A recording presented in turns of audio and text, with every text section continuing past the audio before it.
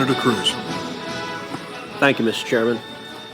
Director Wray, I'm deeply concerned that the FBI and the Department of Justice have become thoroughly politicized. I think this is a problem that began during the Obama administration. I think it metastasized with career officials during the Trump administration, and I think it continues and is even worse today under the Biden administration.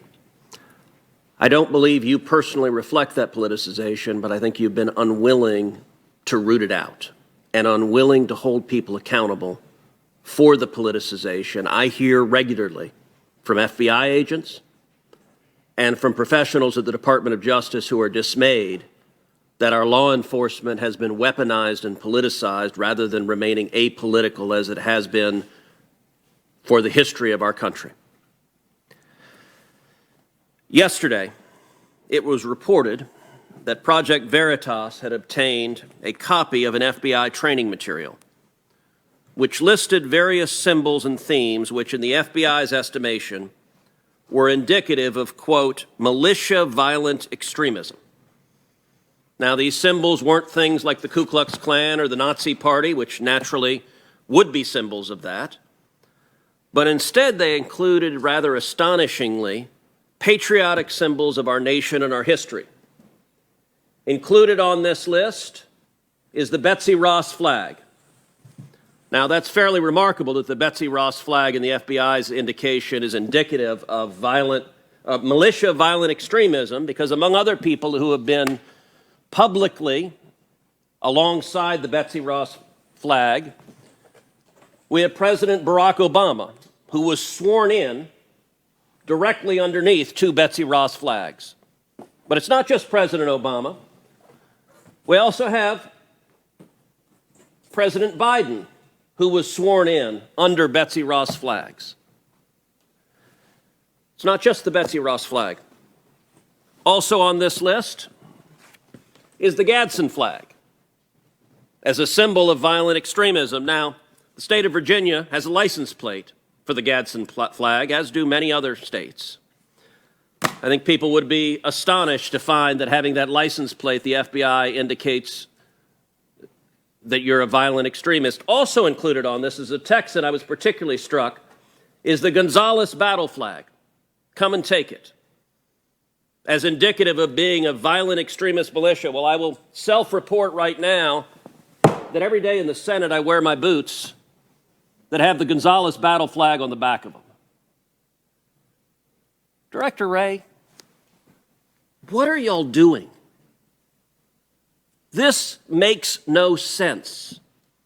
Do you agree with this FBI guidance that the Betsy Ross flag and the Gadsden flag and the Gonzales battle flag are signs of militia violent extremism?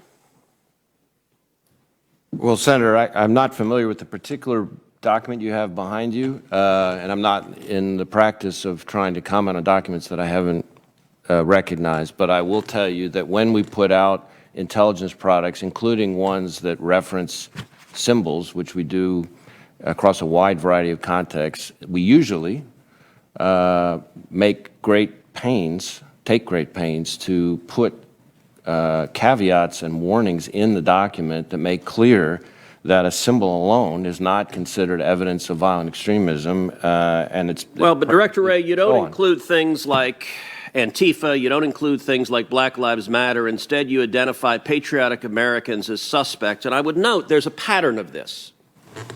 As you're aware, the National Association of School Boards asked the Attorney General to investigate parents as domestic terrorists under the Patriot Act. Now, it did so because it was upset about moms and dads coming to school boards and disagreeing with the policies of those schools. 5 days after that letter, the Attorney General sent a memo to you directing the FBI to target parents for investigation.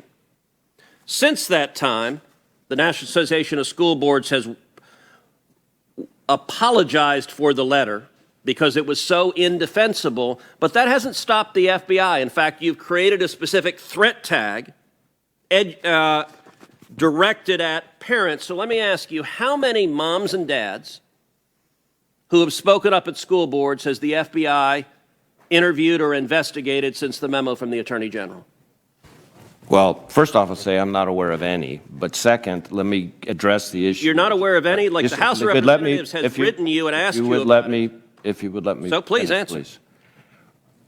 Let me say to you and to this committee the same thing I said to every FBI field office after I read the memo, which was that the FBI is not going to be in the business of investigating speech or policing speech at school board meetings or anywhere else, and that we're not about to start now, that threats of violence, that's a different matter altogether, and there we will work with our state and local partners as we always have. So, Director Wray, our time is, do you know how many parents you have interviewed or investigated since that memo?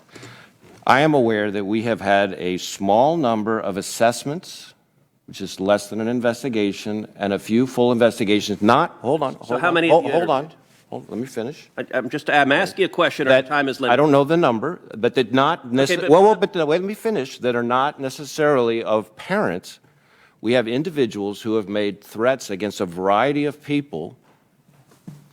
Sometimes school board officials, sometimes other people as well. Director Wray, I will point out the House of Representatives has sent you oversight letters detailing dozens of investigations under a threat tag directed at parents, moms and dads, who G-men have come in because they spoke out against mask mandates or vaccine mandates or critical race theory, and suddenly the G-men show up. And this was after the Attorney General claimed it wasn't happening. And so the pattern, sadly, we've seen, you say you don't know how many there are. The follow-up will be I'll send you a letter, and you'll send back a letter that says I refuse to answer it. Let me give another example. Recently, there was the case against individuals charged with kidnapping and murdering Governor Gretchen Whitmer in Michigan. That case ended up an absolute debacle where the 4 people who went to trial, 2 of them were acquitted, 2 received mistrials.